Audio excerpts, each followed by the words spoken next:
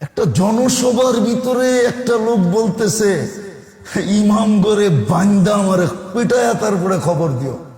ওই ইমাম সাহেব বান্ধে ফেলাবেন, একদিন তেনামদার বান্ধে ফেলাবেন। যদি আমরা না পারেন, আমাদের নেতা কর্মীরা যারা আছেন তাদেরকে বলবেন, প্রয়োজন আমাকে বলবেন, কাজল ভাইকে বলবেন, আতাউর ভাইকে বলবেন, বান্ধা আত্মবান্ধে পুলিশে দেবেন। অথচ আপনারা যাদেরকে কথায় কথায় বান্দা বান্দা পিটান, যদিও বান্দা পিটান না, কথায় কথায় পিটান আর কি, কথা দিয়ে পিটান। একজনকে দেখতেছিলাম আজকেই,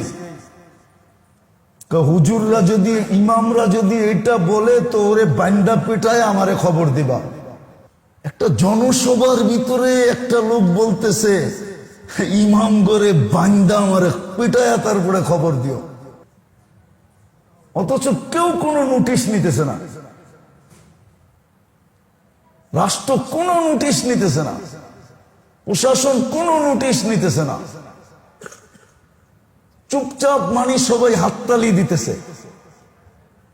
সবাই মনে হয়, আপনারাও মনে হয় হাততালি দিতেছেন যে মোল্লা তো আমাকে বেতনের গোলাম, জুমা না পড়ায় কই যাবে। এক কাহিনী শুনছিলাম, মসজিদ আলারা বেশি বাড়াবাড়ি করছে, কয় যে বেতন দিমু না, কই জন্যই তো আমি 1 মাস উজু ছাড়া নামাজ পড়াইছি।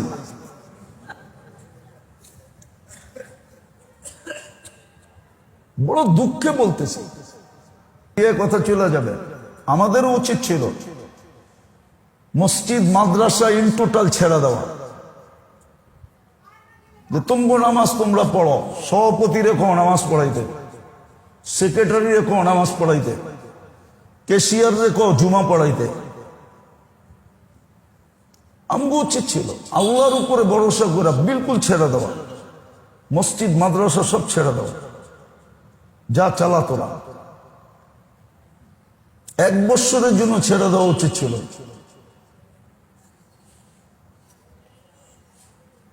আর রোজা রাখা উচিত ছিল, রোজা রাখলে সারাদিনে 1 বেলা খাইলেই হবে,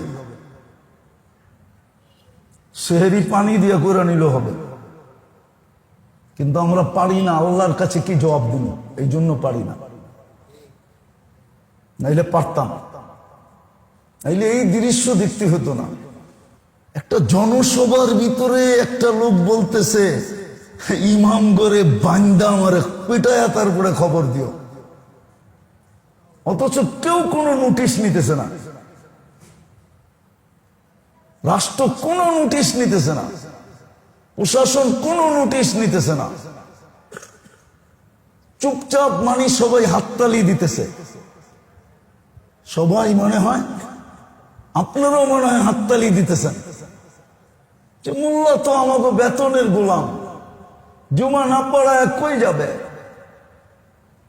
এক কাহিনী শুনছিলাম, মসজিদ আলারা বেশি বাড়াবাড়ি করছে, কয় যে বেতন দিমু না, কই জন্যই তো আমি 1 মাস উজু ছাড়া নামাজ পড়াইছি।